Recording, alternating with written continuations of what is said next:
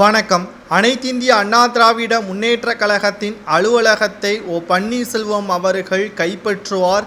நிச்சயமாக எடப்பாடி பழனிசாமியால் எதுவும் செய்ய முடியாது என்று பன்னீர்செல்வத்தின் ஆதரவாளராக இருக்கக்கூடிய மனோஜ் பாண்டியன் அவர்கள் தெரிவித்திருக்கிறார். அதிமுகவை பொறுத்தளவிற்கு எடப்பாடி பழனிசாமி அவர்கள் மிக மிக மோசமாகவும் நலிவடைந்த அதிமுகவின் தொண்டர்களுக்கு வழங்கக்கூடிய உதவித்தொகை இந்த ஆண்டு முழுவதும் வழங்கவில்லை, கடந்த ஆண்டு முழுவதும் வழங்கவில்லை என்ற குற்றச்சாட்டையும் முன்வைத்திருக்கிறார். வெளிநாடுகளிலிருந்து அதிமுகவிற்கு நன்கொடையாக வருகின்ற தொகையை கணக்கு காட்டாமல் ஊழல் செய்வதாகவும் புகார்களையும் தற்பொழுது தெரிவித்திருக்கிறார். எடப்பாடி பழனிசாமி அவர்கள் இருக்கும் வரை அதிமுக வெற்றியும் அடையாது. அதிமுகவின் தொண்டர்கள் பிரச்சாரத்திற்கும் செல்ல மாட்டார்கள்.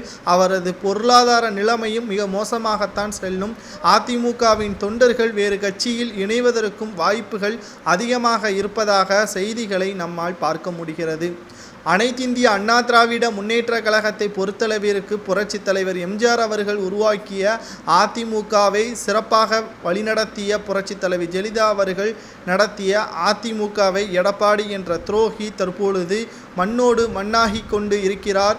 அதிமுகவின் வளர்ச்சிக்காக பாடுபட்டவர்களுக்கு தற்பொழுது துரோகத்தை செய்திருக்கிறார் எடப்பாடி என்பதற்கேற்ப கடுமையான விமர்சனத்தையும் செய்திருக்கிறார்.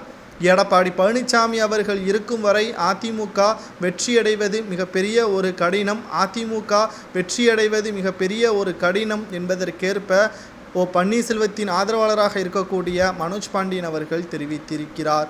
கூடிய விரைவில் அதிமுகவை நாங்கள் கைப்பற்றுவோம்.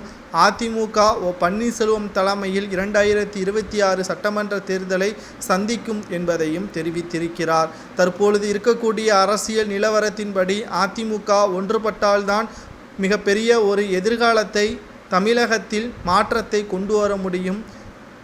திராவிட முன்னேற்றக் கழகம் அமைச்சரவை மாற்றத்தையும் மாவட்ட செயலாளர்கள் மாற்றத்தையும் செய்து வருகிறது.